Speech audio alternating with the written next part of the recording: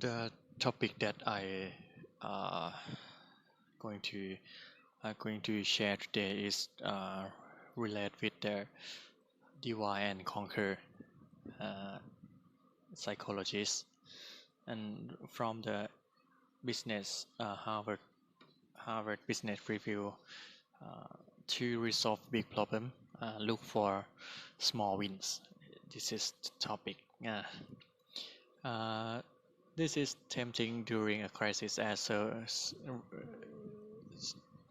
serve as the COVID-19 pandemic for leaders to respond the big problem with a bold move, a radical strategy to reinvent a struggling business, a long-term shift to virtual terms and long-distance collaboration.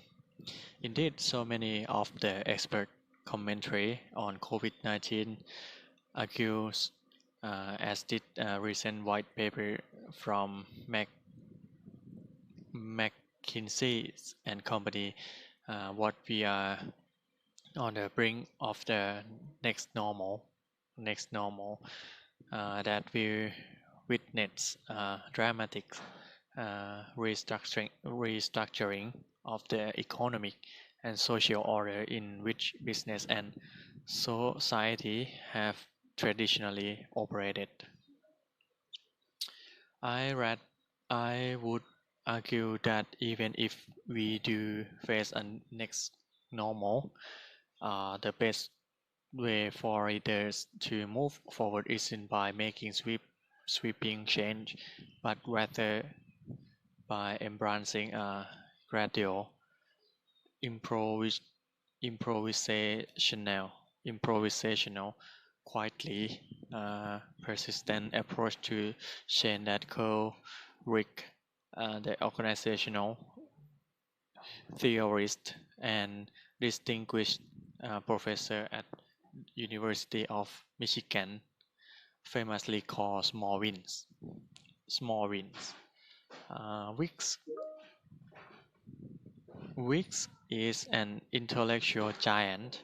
Over the past 50 years, his concepts such as loose coupling, mindfulness, and sense-making have shaped our understanding of life, organizational life.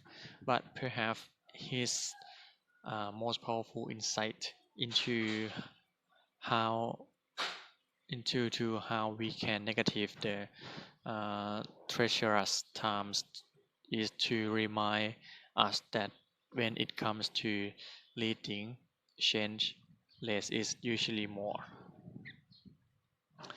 In the classics paper published in the 1984, Rick bemoaned the failure of social scientists like himself to understand and solve social problems. The massive scale on which social problems are conceived often preclude innovation action, he warned. People often define social problems in ways that overwhelm their ability to do anything about them. Ironically, he concludes people can't solve problems unless they think they aren't problems. Hence the power of small wins. Many scholars have drawn on Rick's insights as they have developed their own arguments about the best way to work, lead, and make change. Perhaps most notably, n- nearly decade a decade ago, in the influential book The Progress Principle, Teresa Ama, Amabo and Stephen Kramer and creativity at work, as they explain it, even event that people thought were unimportant had powerful effect on inner work life. But it's when things get really bad that small wins become especially vital. Rick defines a small win as a concrete, complete, implemented outcome of moderate importance. On its own, one small win, say restaurant that sell grocery as well as take out meals, or town clerks in New York State who marry people over video conference. Wow, may seem unimportant.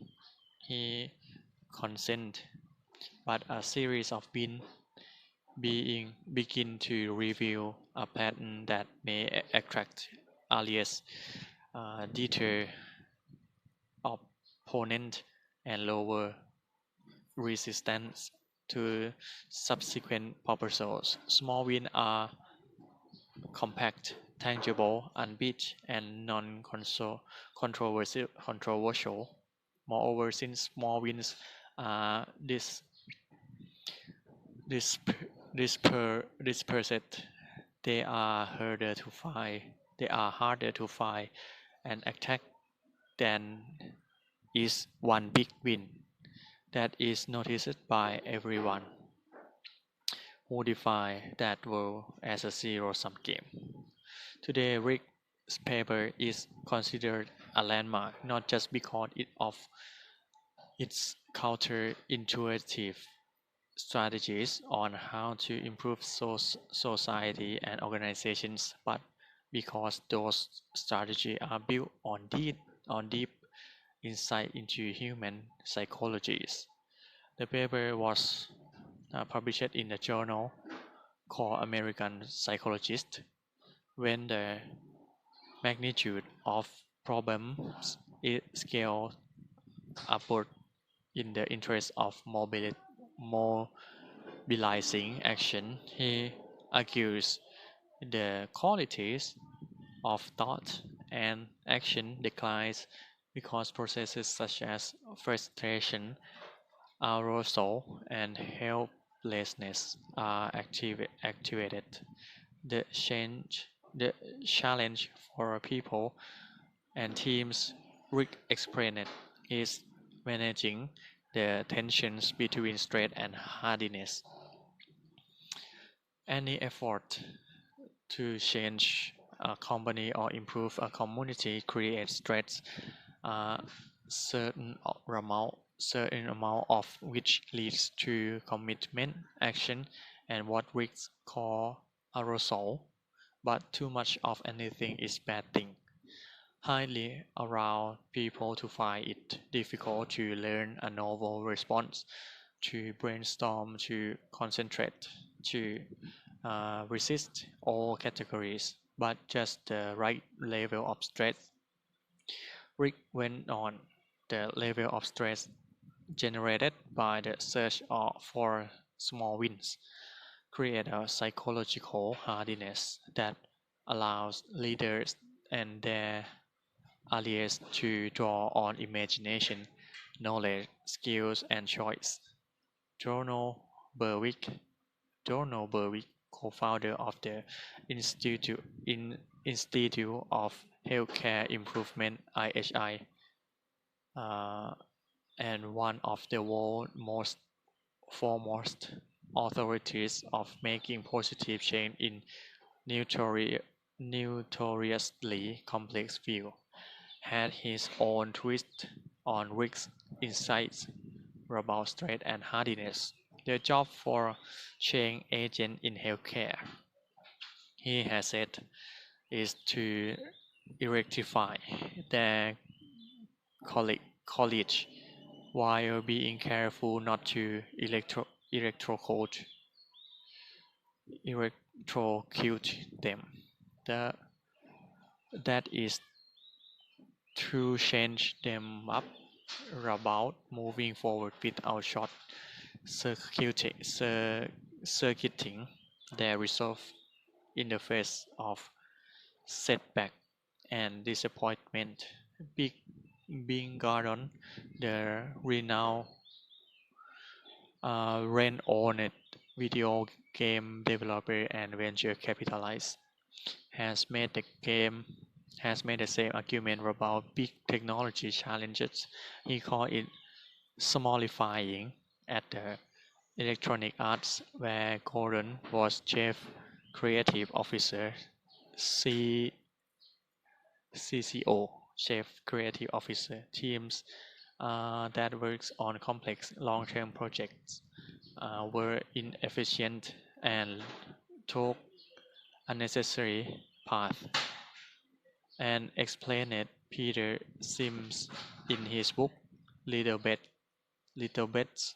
However, when tasks were broken down into particular problems to be solved, which were manageable and could be tackled within 1 or 2 weeks, develops were more creative and effectiveness.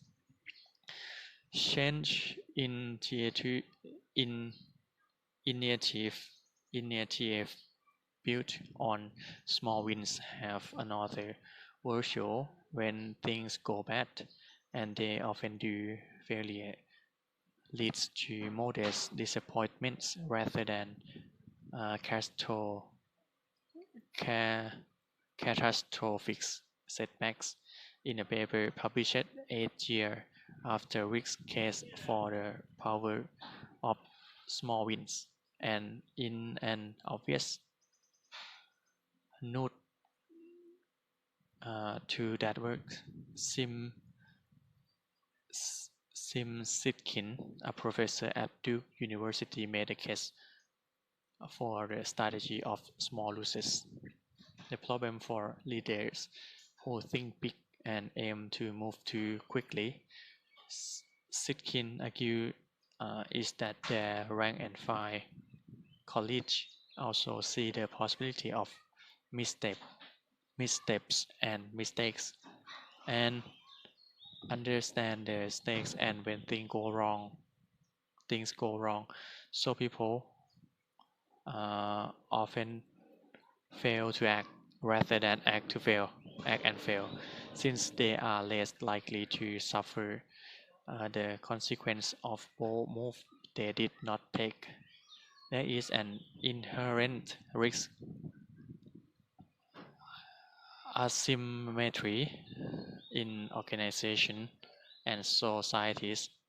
Sitkin argued problems that result from taking risks often lead to punishment, whereas problems that result from the avoidance of risky action are rarely tracked to individuals and less often leads to punishment. A more sustainable model of change, Sitkin argued, is to embrace opportunities for intelligence failures, missteps, and mistakes that provide small dose